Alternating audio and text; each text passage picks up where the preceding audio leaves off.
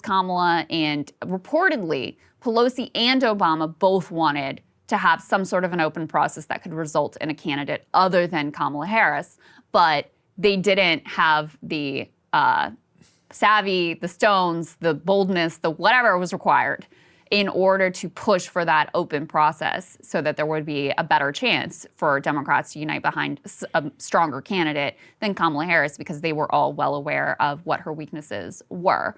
And so even in this that you consider to be like your core mission here to defeat Donald Trump, and I think she did take that very seriously, she's unable to actually fully execute and complete that job. The other thing to note about Nancy Pelosi right now is AOC has been working, and apparently pretty successfully working behind the scenes to become ranking member on the House Oversight Committee, which is quite significant. You know, whatever you think of AOC, she has done a good job in past questioning of officials and holding them to account. And obviously is young and one of the younger faces of the party, et cetera, et cetera. AOC has also done so much to suck up to the establishment wing of the party and make herself acceptable to them, et cetera, et cetera. But I guess Nancy Pelosi has never forgiven the fact that AOC protested outside of her office when she was on her way into Congress. And so she apparently is working behind the scenes to thwart AOC's bid to be ranking member on the House Oversight Committee and put in Jerry Connolly, who's just like he's actually from Northern Virginia here. He represents Fairfax County. Very standard issue, establishment-friendly Democrat. And so she's working to push his bid and to thwart AOC. So it just shows you, even in her dotage, she is still one of the major power players in Washington, D.C. And it's not just Democrats who suffer from this problem. Emily and Ryan did a great job last week reporting on Mitch McConnell's increasingly infirm condition. Emily exclusively was able to get this picture of Mitch in a wheelchair being wheeled through Ronald Reagan National Airport. He also suffered a fall. Was that just last week that happened as well? And so, once again, you have a very elderly individual who is trying to hold on to power. He apparently, part of why he wants to stay in his position, we can put this up on the screen, is to make sure that aid continues to flow to Ukraine. Scott Horton may have more to say about that later in the show. But, this is a trend in American society. Ken Klippenstein had a good piece on his Substack, which you all should subscribe to if you're able, with a chart showing how the average age of members of Congress has been getting older and older and older. We can put that chart up on the screen. I think we have that for you as well. Look at that. Percentage of Congress over the age of 70. Look at the way that skyrockets. That is insane.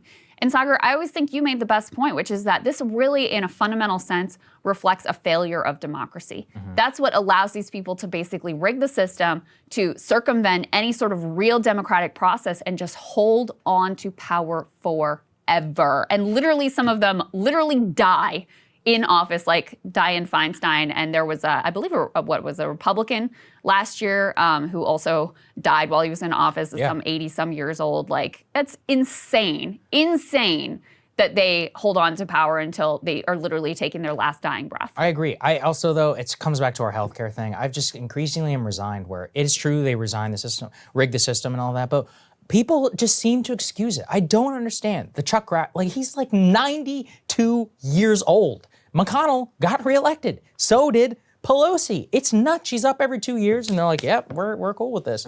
I don't get it. I just don't understand why people continue to prop this thing up. And I mean, on their end, I do. With McConnell, I mean, it's literally a joke. He has a new piece out this morning in Foreign Affairs, The Price of American Retreat, Why Washington Must Reject Isolationism and Embrace Primacy. It's like, yeah, how's that primacy going in Iraq, bro? And in Syria?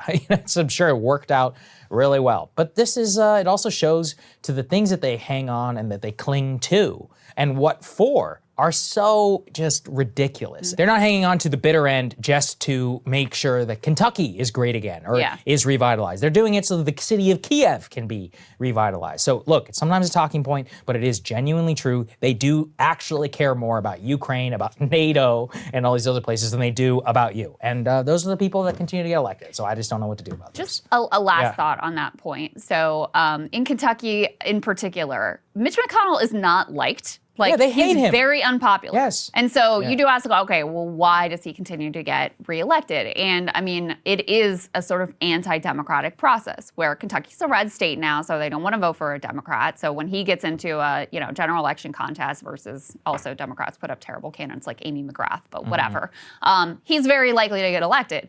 But he has that Republican Party on lock in the state, so that he is not really challenged in a Republican primary. So it is a circumventing of democracy. And then in the case of Nancy Pelosi in San Francisco, first of all the money in the world, right? Wealthy woman herself, and probably the most prolific fundraiser in the Democratic Party. I'm sure Mitch McConnell is no slouch in the Republican Party in terms of raising funds as well.